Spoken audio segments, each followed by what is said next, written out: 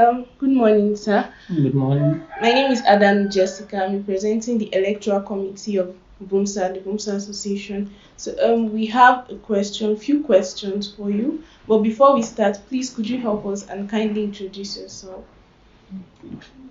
I am Reverend Benjamin Nadabo. I'm the college chaplain in Dam of Medicine. Beg your pardon. College of Medicine and Health Sciences, Bingham University, Jos campus. Okay. So we're glad to have you with us. And so moving on, we have just 3 questions for you as regards the upcoming BHUMSA election. So the first question, as a spiritual leader and father of the students, is politics a sin?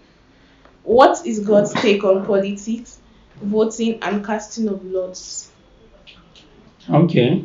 To respond to the question, I think understanding what politics means will help us go a long way to define and place it against or for sins.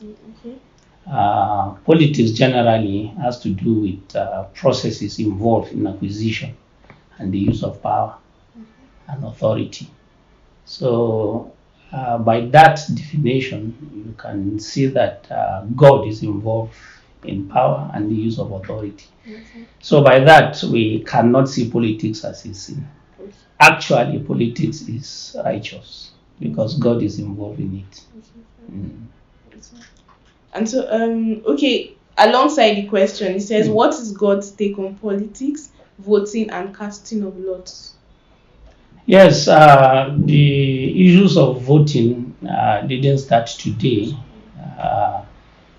Everything that has to do with voting always is associated with the issues of choice. So right from the Bible days, we have situations where election took place. And I believe that the politics we are having today and the issues of electioneering, voting, all are drawn from that. Let me use the case of Matthias in the New Testament. After the death of Judas, there was need to replace Judas Iscariot. So voting took place. So you can see that it's very consistent with biblical principle, voting. So it's something that should be encouraged so that people use it as a means of expressing their choice over a candidate that will exercise authority. Of course, it's expected that it should be God-given authority over their lives. Yes, yeah. Okay. Thank you, sir. The second question, given the current situation in the country, how does religious radicalism affect the outcome of an election? Okay. Yeah, religious radicalism. I thank you very much for that question because the issues of radicalism are major problems that are not limited to Nigeria, it's universal. But of course, my constituency and concern is our nation. Truly speaking, radicalism has played a very bad role in our country. What is radicalism, by the way? It has to do with opinion and actions that are beyond the norm. So when people have opinions that their expression of such opinion and actions that are accompanying such opinions are beyond norm, then you can say such a one is radical. And truly, when you look at the context of our nation, we have a serious problem with that.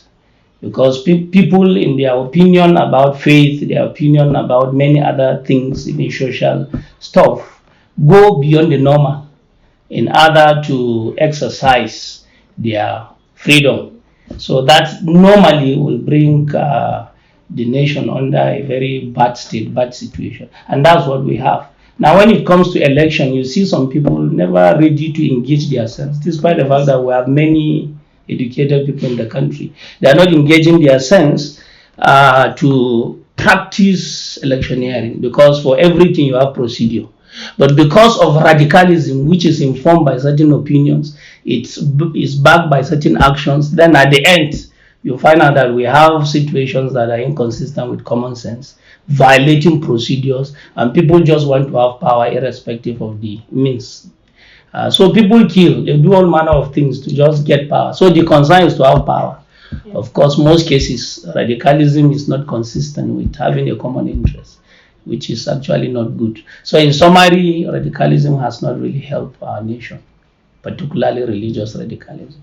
Okay, that's a whole lot. Thank you, sir. Thank you very much. And so the last question for you: how does a candidate or contestant behave rationally in an electoral process? Yes, when you talk of rationale, the issues of communication comes in here. Okay. Because in communication, you talk, I listen, I talk, you listen. It's two ways. Somebody is talking, the other is listening. So there must be flow of understanding of what one is saying and what one is perceiving. So for us to be able to have a good process, there is need for for people to listen to themselves. Okay. So if we must have a process that will be smooth to achieve the common interest, which I believe should be the reason for any form of electioneering, then we must listen. Okay. We must learn to listen to ourselves. People that are involved must learn to listen to themselves. Already, I believe that there are laid down procedures for everything. Yes, sir. So we must listen to the procedure. We must listen to ourselves as we interpret procedures and be committed to follow due process in order to have a successful election at each given time. Yeah. Thank you so much, sir. That was very enlightening. We trust that everything you have said, that persons will have to put them into consideration. And we trust that this will help the election go smoothly and go through a very good process. Thank you so much for your time. Thank you so much for your support thus far. BHUMSA is very grateful. The Electoral Committee is also grateful. Thank you, sir. My pleasure. So I pray with you that the Lord will grant you a very successful electioneering time. Amen. And you, the committee, the Lord will grant you wisdom. Amen. To be honest and forthright in the Amen. discharge of your responsibility Amen. towards coming up with the next set of leaders. Amen. So thank you very much. Thank you so much, my sir. pleasure. Thank you, sir.